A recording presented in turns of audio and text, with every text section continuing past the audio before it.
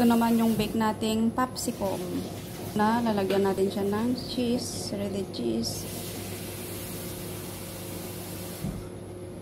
Ito po yung aking minced beef at minced pork with potato. Lang natin sa loob niya.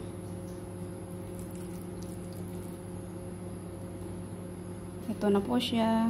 Ganyan. Cheese sa ibabaw niya. Ito yung parmesan cheese. Ayan.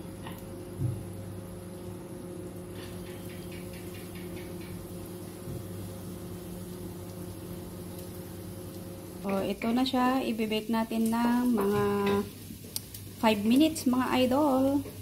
Ayan na po siya. Ganyan na po siya. Pero kulagyan natin siya ng kaunting sauce. Para po hindi siya dry. Ayan. Ito yung ginawa kong kaunting sauce. Naglagay ako ng oyster at saka light sauce na kaunti. At saka isang maliit na kutsaritang kalamansi juice. Ito na po siya. Lagyan natin ng kaunting sauce. Ang kaunting parmesan ulit. Ayan.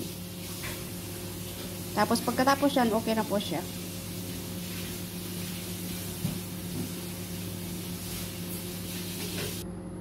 So, ayan na po, luto ng ating capsicum.